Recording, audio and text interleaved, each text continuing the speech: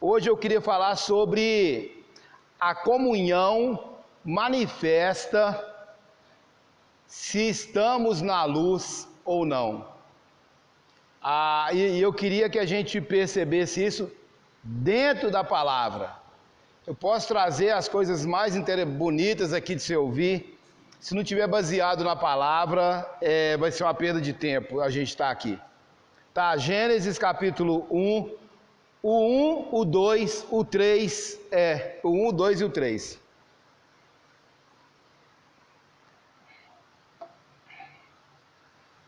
Gênesis 1, 2 e 3, está escrito assim. Como é que está lá? No princípio criou Deus os céus e a terra. Entretanto, a terra era sem forma e vazia. A escuridão cobria o mar que envolvia toda a terra, e o Espírito de Deus se movia sobre a face das águas. Disse Deus: haja luz, e houve luz, ao 4 também. E viu Deus que a luz era boa, e separou a luz das trevas. Senhor, mais uma vez, Pai, expostos à Tua palavra, nós pedimos ao Senhor que nos dê direção, nos dê direcionamento, Pai, rumo ao centro da Tua vontade, no nome de Jesus. Amém. Glória a Deus. Aqui a gente vê como que as coisas iniciaram. Diz a Bíblia que no princípio criou Deus os céus e a terra. Como que a terra era? Sem forma, vazia e em trevas. Se a gente parar para pensar, a terra estava um caos, sem forma, vazia e em trevas. Qual foi a providência de Deus para resolver esse caos da terra? A luz. Disse Deus: haja luz. Então o que Deus fez para resolver o problema? Luz. E viu Deus que a luz era boa. Muitas vezes a nossa vida, ela se encontra dessa maneira, sem forma, vazia e em trevas. E o recurso de Deus para resolver isso continua a mesma coisa. Como que Deus resolve o caos? Com a luz. O versículo 4 fala que disse e viu Deus que a luz era boa.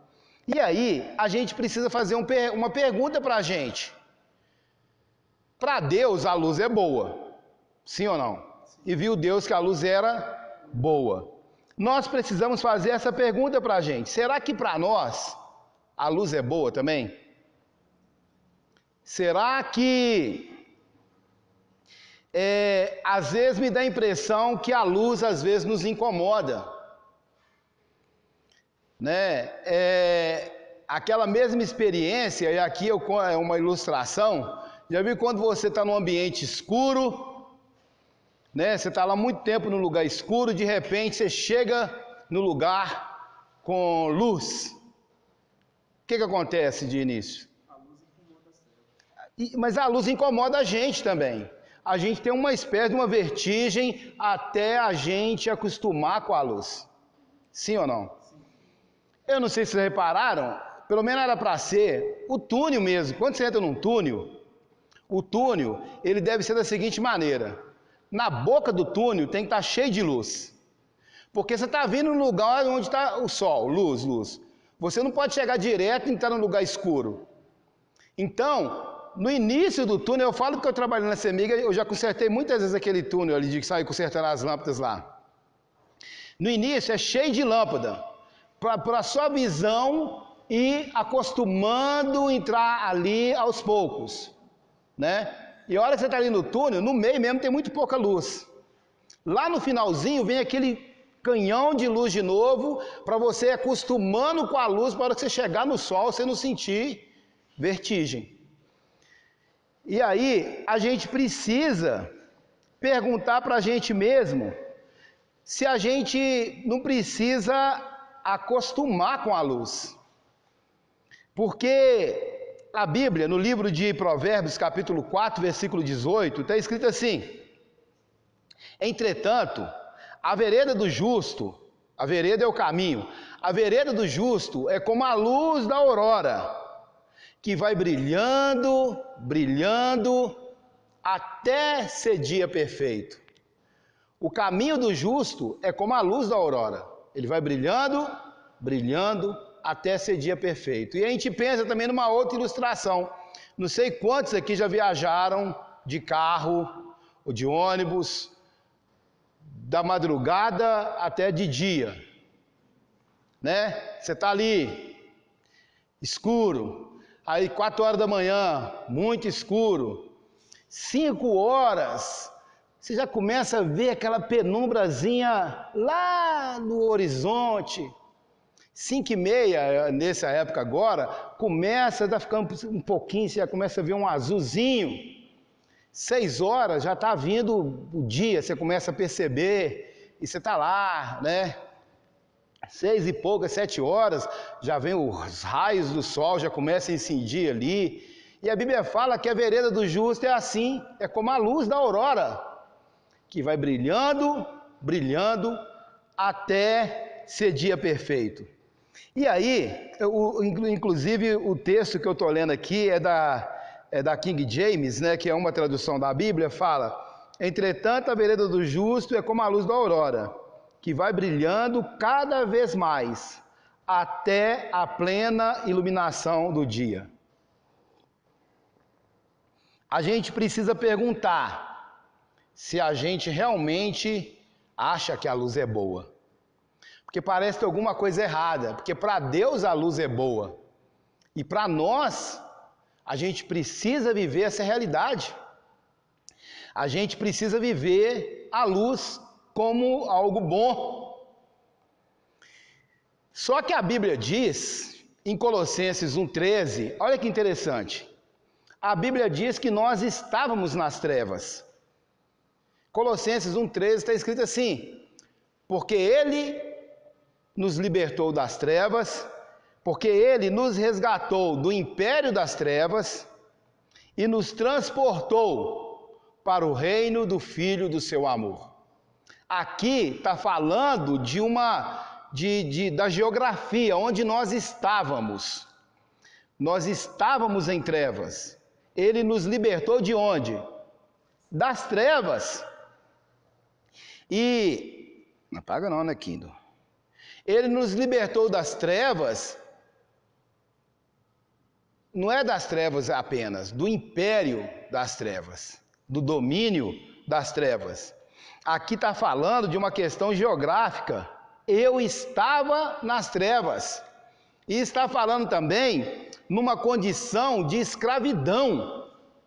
Eu só não estava nas trevas como eu estava escravizado pelas trevas. E então aqui em Colossenses 1,13 está falando de uma questão de escravidão e libertação. E está falando também de uma posição geográfica, onde nós estávamos. Quando a gente lê, então, o primeiro ponto que eu queria conversar com os irmãos é que nós estávamos nas trevas. Só que é interessante que no livro de Efésios, capítulo 5, versículo 8, fala que nós éramos trevas.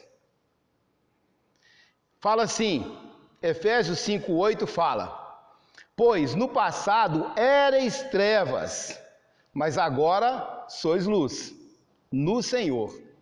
Assim andai como filhos da luz. Aqui não é apenas uma questão geográfica.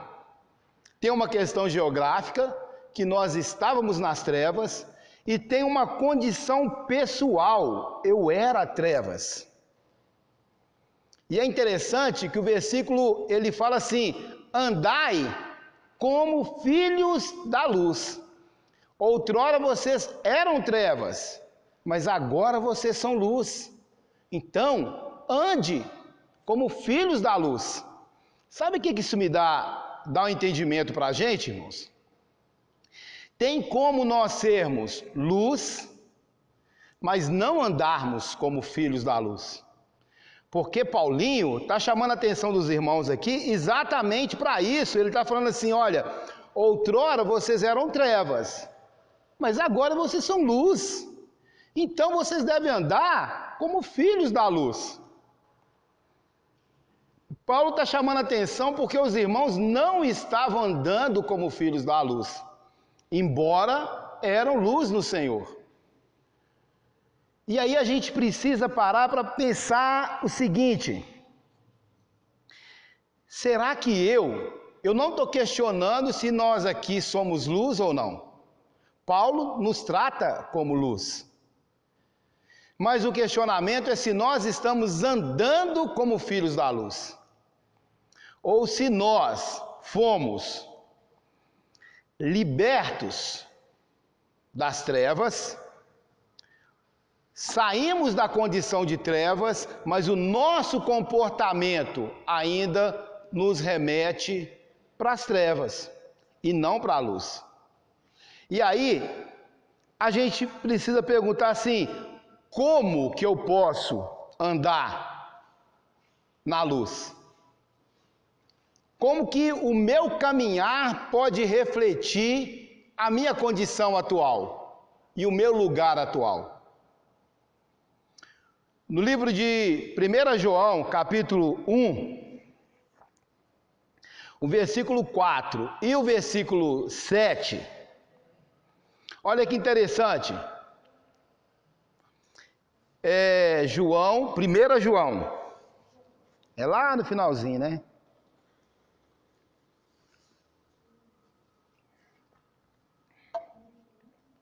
Nesse texto está escrito assim: estes ensinos vos escrevemos para que a nossa alegria seja absolutamente completa.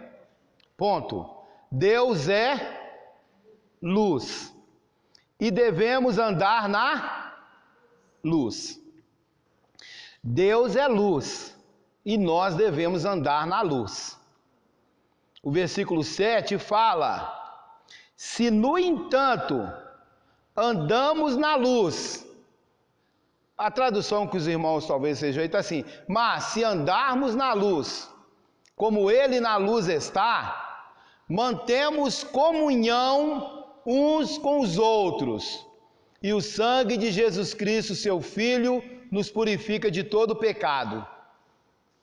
Na minha tradução está assim: se no entanto andarmos na luz, como Ele está na luz, temos plena comunhão uns com os outros, e o sangue de Jesus, seu Filho, nos purifica de todo pecado. Irmãos, como que nós podemos manifestar, mostrar se estamos andando na luz ou não? O texto fala nosso comportamento, nossas obras. O texto fala o seguinte: se nós andarmos na luz, como Ele na luz está, o que está escrito aí? Versículo 7. Se porém andarmos na luz, como Ele está na luz, temos comunhão uns com os outros. Então, para eu mostrar, para ficar notório que eu estou na luz, o que tem que acontecer? Eu tenho que ter comunhão, temos que ter comunhão uns com os outros. Se nós não estivermos em comunhão uns com os outros, nós não estamos na luz. A luz, ela tem algumas características interessantes. A luz, ela denuncia muitas coisas. A luz, ela denuncia a sujeira. Um dia eu fui com um grupo de amigos, nós fomos pescar lá em Barão. Tem Barão de Cocais e tem Barão, né? Lá perto, a cidade é quase a mesma coisa o lugar. E fomos lá para Barão de Cocais pescar. E já chegamos lá, estava escuro. E aí a gente ia ficar na casa de uma pessoa lá num barracão. E aí nós chegamos escuro, e não tinha vela, não tinha nada. Então nós chegamos lá, e não é igual hoje, tem celular que você acende, tá, vira, né? Com aquele celularzinho assim, e nós chegamos lá, arrumamos apenas um lugar para a gente dormir. No outro dia, quando clareou, eu fui olhar onde nós havíamos passado a noite, graças a Deus que nós chegamos lá, porque senão, eu não passava, não ficava não. Mas estava tudo muito muito complicado o ambiente, mas nós arrumamos o lugar, cada um encostou, dormimos. Por que a sujeira não incomodou a gente? Porque estava escuro, porque não tinha luz. Aí a gente começa a entender por que a gente não gosta da luz muitas vezes. Porque na luz, eu tenho que mostrar quem que eu sou. E se eu for manter comunhão com meu irmão na luz, ele vai saber quem que eu sou, realmente, ele vai saber. A gente estava conversando, e eu participei até de uma live com um pastor de São Paulo, achei muito interessante. E a gente estava conversando nessa live sobre o suicídio de pastores. Ano passado, 14 pastores suicidaram. E a gente estava pensando exatamente nisso, porque às vezes o pastor ele tem que colocar uma capa de quem não é. Ele tem que colocar uma capa de super-herói.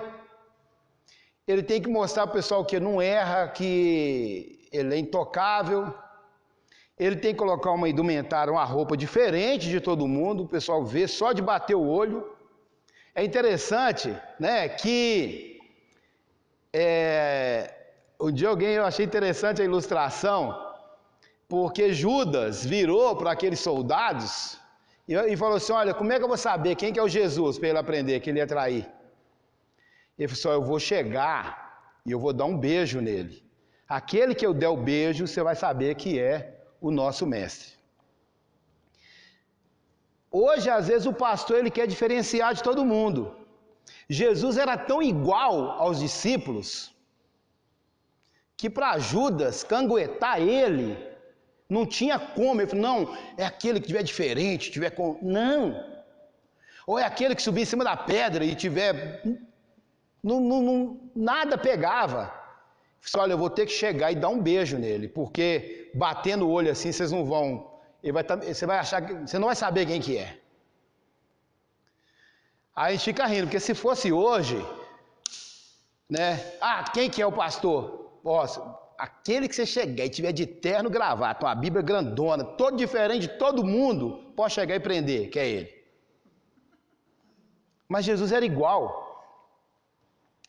E é isso, porque a luz denuncia, irmãos, que eu sou uma pessoa comum, igual ou pior do que os irmãos.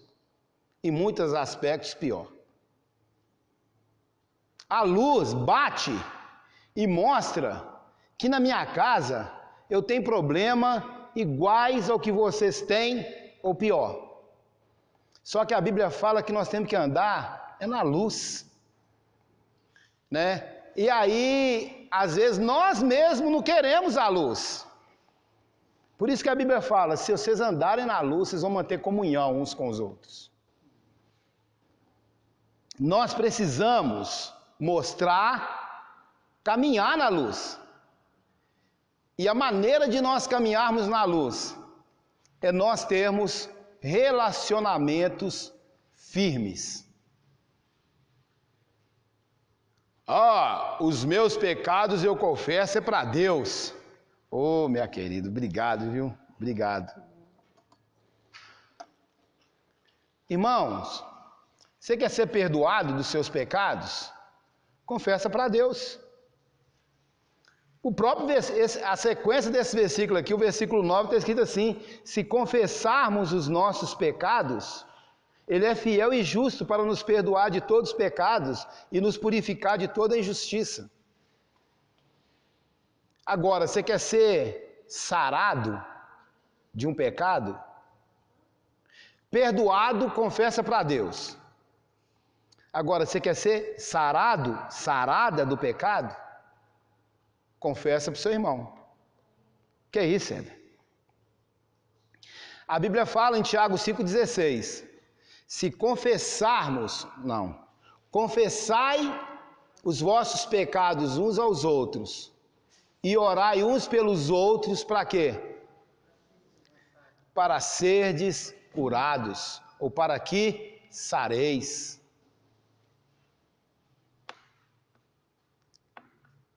Mas se eu confessar o meu pecado, ele vai saber quem que eu sou. Luz. A pior coisa que Satanás conseguiu infiltrar no meio da igreja se chama senso de preservação. O senso de preservação é exatamente esse, tipo assim, mas se o irmão souber que eu fiz isso, o que ele vai pensar de mim? E aí, por causa desse senso de preservação, eu não confesso. E se eu não confesso, eu não estou na luz. Será que tem coisas na nossa vida que precisa vir luz? E aí, irmãos, não existe a Bíblia. Não sei se vocês perceberam que até agora a gente já leu cerca de talvez uns 5, 6 versículos. A Bíblia não tem outro remédio. Se a gente quiser caminhar na luz, eu tenho que ter comunhão com meu irmão. Isso é tão sério, irmãos, que na oração do Pai Nosso, o Pai não é meu, o Pai é nosso. O pão não é meu, o pão é nosso. E aí, se eu tenho pão, meu irmão não tem como eu fazer essa oração, porque aí o pão é meu. Se eu tenho pão, meu irmão não tem, eu tenho que pegar meu pão, partir, dar um pedaço para meu irmão, agora eu posso orar, o pão é nosso. Na oração do Pai Nosso, é não nos deixeis cair em tentação. Ou seja, se o meu irmão cair, não adianta eu ficar alegre que eu estou de pé. Se o meu irmão cair, a queda dele está denunciando eu estar de pé. É não nos deixeis cair. Não é não me deixe cair, Senhor. É não nos deixei cair em tentação. Então, nós precisamos de ter relacionamentos firmes. E a gente compartilhou um dia desse que a gente precisa ter relacionamentos firmes em 3 instâncias. Nós precisamos ter relacionamentos firmes com algum irmão ou irmã mais experientes que a gente. Eu estou falando relacionamento firme, não é conhecer. E não é aquele relacionamento de WhatsApp apenas. O WhatsApp é uma excelente ferramenta. Mas eu estou falando de relacionamento firme. Eu preciso ter um relacionamento firme com alguém que seja mais experiente do que eu na fé. E como que eu vou me relacionar com essa pessoa que é mais experiente? Em sujeição e compromisso. Eu vou me sujeitar a esse irmão, a essa irmã. Eu preciso ter relacionamento firme com pessoas iguais a mim do ponto de vista da maturidade cristã. Como que vai ser o meu relacionamento com esse irmão que está no mesmo nível de maturidade do que eu? Em sujeição mútua. Eu vou sujeitar minha vida a ele e ele vai sujeitar a vida dele a mim. Eu vou respeitá-lo e ele vai me respeitar. Eu vou confessar meu pecado para ele e ele vai confessar o pecado para mim. E aí, o senso de preservação não vai fazer parte nesse momento. Porque a Bíblia fala, se eu confessar o meu pecado para o meu irmão e ele orar para mim, eu vou ser curado. Tem gente sofrendo agruras porque não confessa. Mas precisamos ter esse espaço na igreja, para que a igreja deixe de ser um lugar e passe a ser um ambiente terapêutico. Que a igreja, ou seja, que essa reunião aqui de irmãos, seja um ambiente onde a pessoa possa chegar aqui cheia de problemas e sobrecarregada, e no caminhar da pessoa aqui, ela vai deixando esses fardos pesados e vai curando. Porque muitas vezes a gente vem do mundo com um fardo e chega na igreja, sabe o que a gente faz? A gente só troca o fardo. A gente tira aquele fardo e põe outro. Agora você é crente, você tem que fazer isso e isso, você não pode fazer isso, e mete outro fardo na pessoa. Então, a gente precisa ter relacionamentos firmes com pessoas mais experientes que a gente, como? Em sujeição e compromisso. Eu preciso ter relacionamento firme com pessoas iguais no nível de maturidade do que eu, em sujeição mútua. A Bíblia tem mais de 50 mandamentos recíprocos. O que é um mandamento recíproco? É um mandamento que eu tenho que praticar com o irmão e o irmão comigo. Reciprocidade. Como perdoar uns aos outros, não falar mal uns dos outros.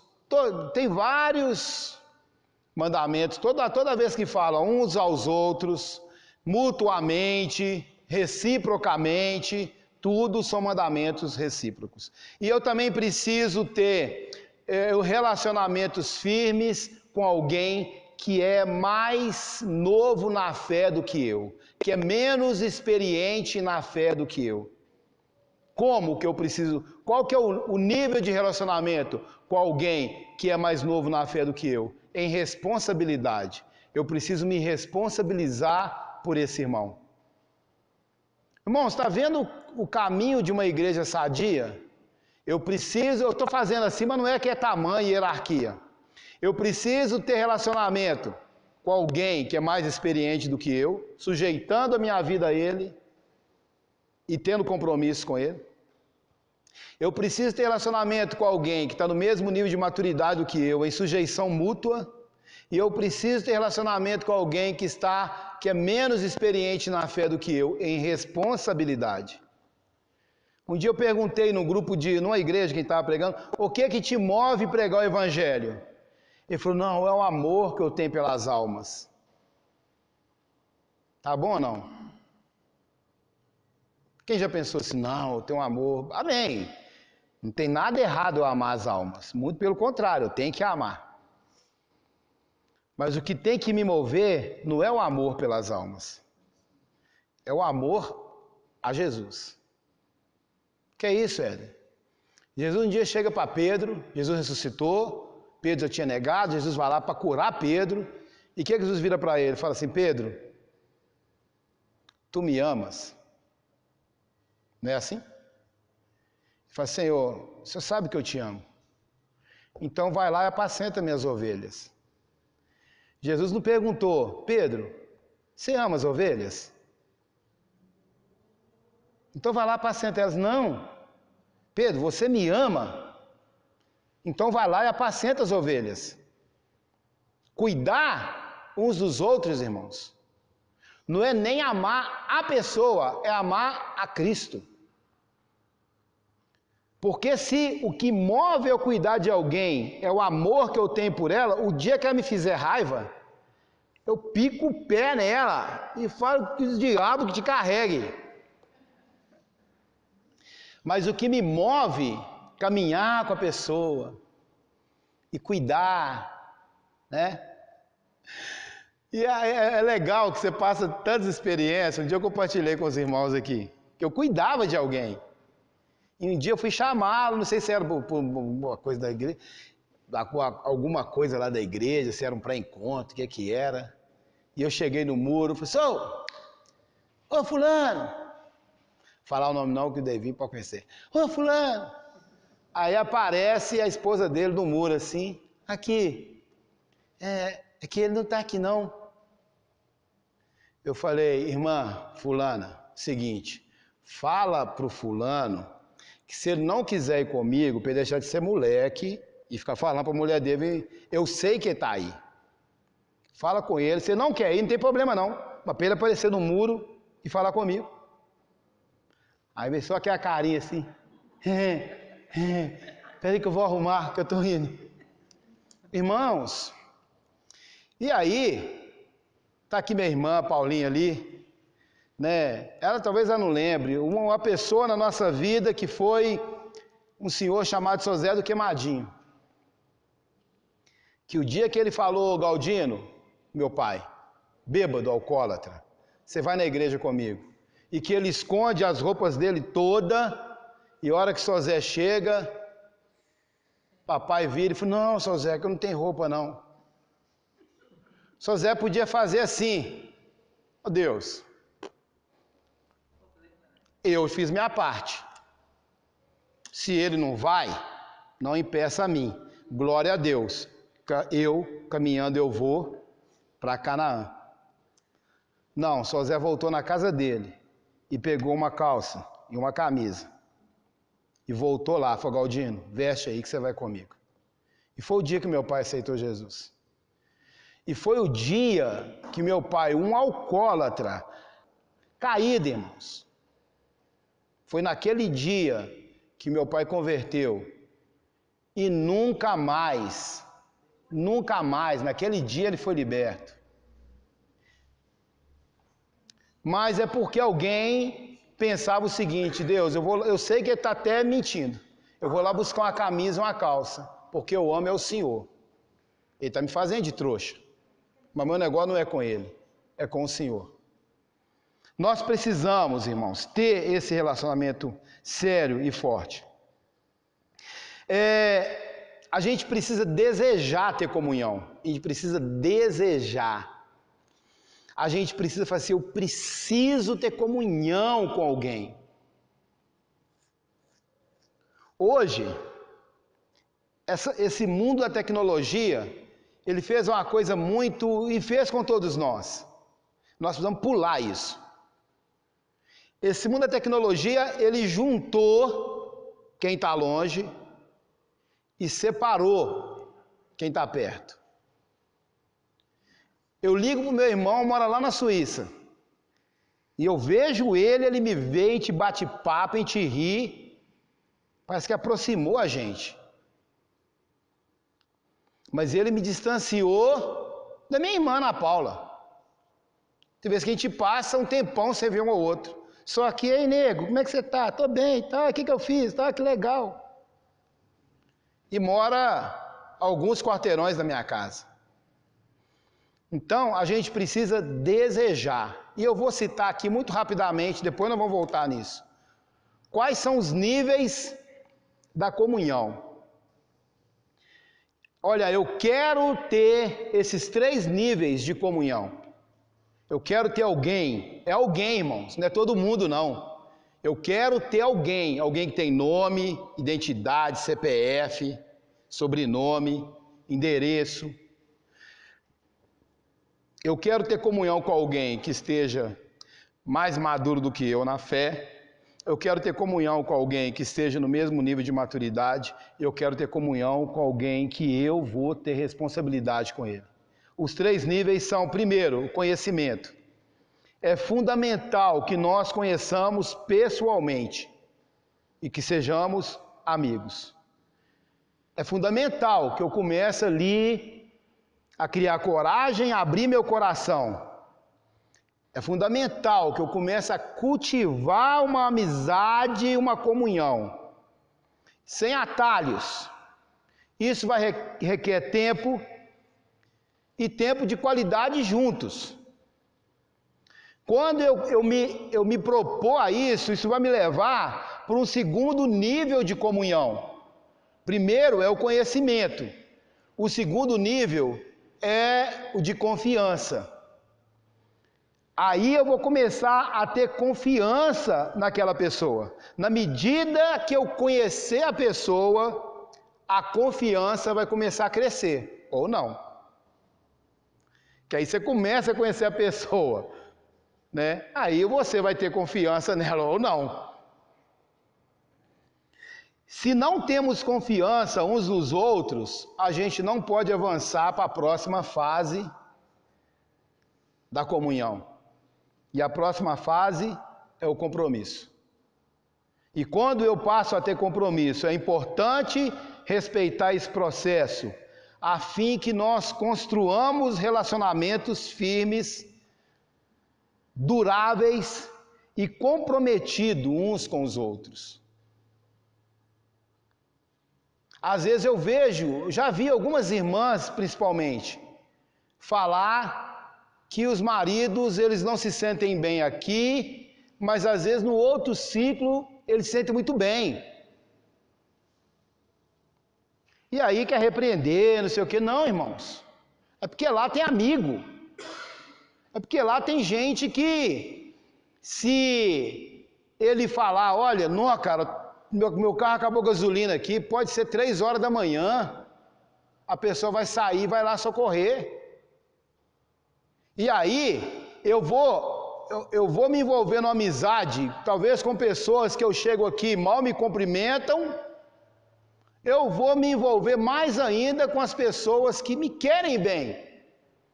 É por isso que a igreja precisa ser esse ambiente, que as pessoas cheguem aqui e se sintam abraçados, e que o Senhor coloque isso no nosso coração, que esse nível de conhecimento, confiança e compromisso, irmãos, não vai ser eu impondo a mão na sua cabeça que isso vai acontecer. Vai ser você querendo e entrando no game. Vai ser você entrando no jogo, é você entrar e falar assim, eu vou fazer isso acontecer.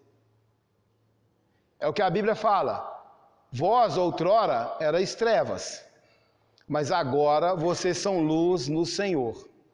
Andai como filhos da luz. Paulinho fala isso. Aí vem Joãozinho e fala assim, como é que você vai andar na luz? Tendo comunhão uns com os outros. Não tem atalho. Não tem plano B.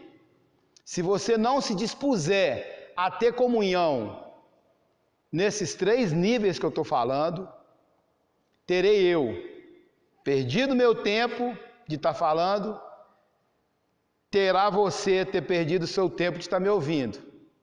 Mas que o Senhor dê graça para a gente, e a gente entender e colocar isso no coração. Temos que ter comunhão uns com os outros.